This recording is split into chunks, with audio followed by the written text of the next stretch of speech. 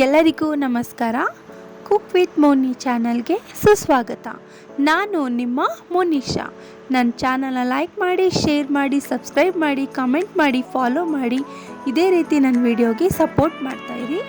ಇವತ್ತು ಬೆಳ್ಳುಳ್ಳಿ ಮೆಂತ್ಯ ಸೊಪ್ಪಿನ ಗ್ರೇವಿ ಹೇಗೆ ಮಾಡೋದು ಅಂತ ನೋಡೋಣ. ಮೊದಲಿಗೆ ನಾನೊಂದು ಮಿಕ್ಸಿ ಜಾರ್ ತಗೊಂಡಿದ್ದೀನಿ. ಇದಕ್ಕೆ 1 ಚಮಚ ಬಿಳಿ ಎಳ್ಳು, 1 ಚಮಚ ಹುರಿಗಡಲೆ, 1 ಚಮಚ ಹುರಿದು ಸಿಪ್ಪೆ ತೆಗೆದಂಥ ಕಡಲೆ ಬೀಜನ ಹಾಕ್ಕೊಂಡು ಇದಕ್ಕೆ ಒಂದು ಸ್ವಲ್ಪ ನೀರು ಹಾಕ್ಕೊಂಡು ನುಣ್ಣಗೆ ರುಬ್ಕೊಂಡು ಇಟ್ಕೊಳ್ಳಿ.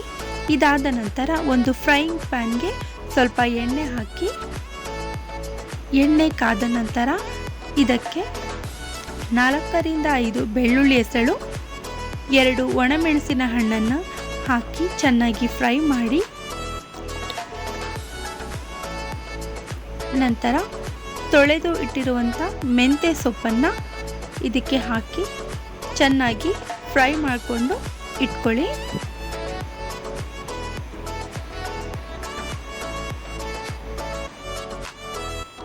ಒಂದು ಕಡಾಯಿ ತಗೊಂಡು ಇದಕ್ಕೆ ಸ್ವಲ್ಪ ಎಣ್ಣೆ ಹಾಕಿ, ಎಣ್ಣೆ ಕಾದ ನಂತರ ಜೀರಿಗೆ,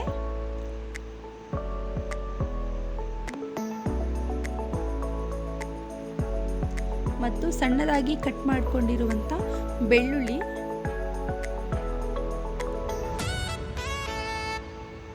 ಹಾಕಿ ಚೆನ್ನಾಗಿ ಫ್ರೈ ಮಾಡಿ.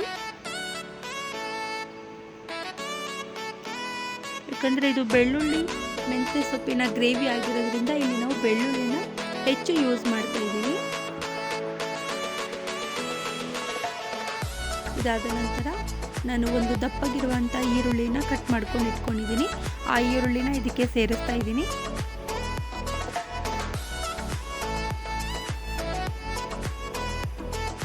ಈರುಳ್ಳಿನ ಚೆನ್ನಾಗಿ ಹುರ್ಕೊಳ್ಳಿ.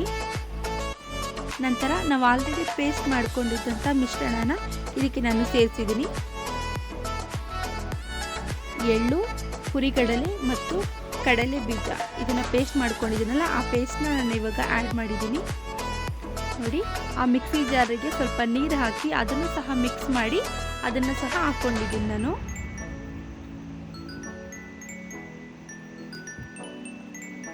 ಇದಕ್ಕೇನೆ 1 ಚಮಚ ಅಚ್ಕಾರದ ಪುಡಿ, 1 ಚಮಚ ಕೊತ್ತಂಬರಿ ಪುಡಿ ಮತ್ತು ರುಚಿಗೆ ತಕ್ಕಷ್ಟು ಉಪ್ಪನ್ನು ಹಾಕ್ಕೊಂಡಿದ್ದೀನಿ. ಮತ್ತೆ ಚೆನ್ನಾಗಿ ಮಿಕ್ಸ್ ಮಾಡ್ಕೊಳ್ಳಿ.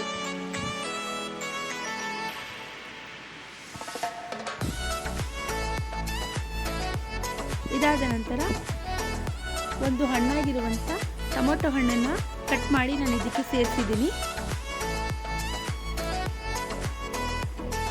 ಇವಾಗ ಕನ್ಸಿಸ್ಟೆನ್ಸಿ ನೋಡಿಕೊಂಡು ನೀವು ಇದಕ್ಕೆ ನೀರನ್ನ ಆ್ಯಡ್ ಮಾಡಿ. ನೀರನ್ನು ಹಾಕಿ ಮುಚ್ಚಳ ಮುಚ್ಚಿ ಒಂದು 5 ರಿಂದ 6 ನಿಮಿಷ ಬೇಯಿಸ್ಬಿಟ್ಟು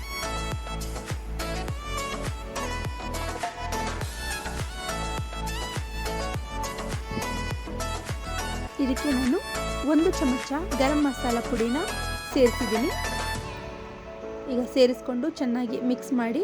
ಇದಾದ ನಂತರ ಒಂದು ಸ್ವಲ್ಪ ಕೊತ್ತಂಬರಿ ಸೊಪ್ಪನ್ನು ಸಹ ಸೇರಿಸಿದ್ದೀನಿ.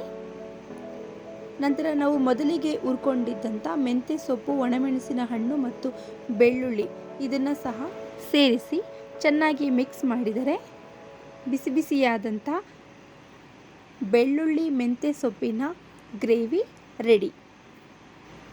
ಖಂಡಿತ ಒಂದ್ಸರಿ ಮನೇಲಿ ಟ್ರೈ ಮಾಡಿ ನನಗೆ ಕಮೆಂಟ್ ಮಾಡಿ ಹೇಗಿತ್ತು ಅಂತಂತ. ನನ್ನ ಚಾನಲ್ನ ಇದೇ ರೀತಿ ಲೈಕ್ ಮಾಡಿ, ಶೇರ್ ಮಾಡಿ, ಸಬ್ಸ್ಕ್ರೈಬ್ ಮಾಡಿ, ಫಾಲೋ ಮಾಡಿ, ಕಮೆಂಟ್ ಮಾಡಿ. ನಾನು ನಿಮ್ಮ ಮನೆಯ ಹುಡುಗಿ ಮೋನಿಶಾ. ನಮಸ್ಕಾರ.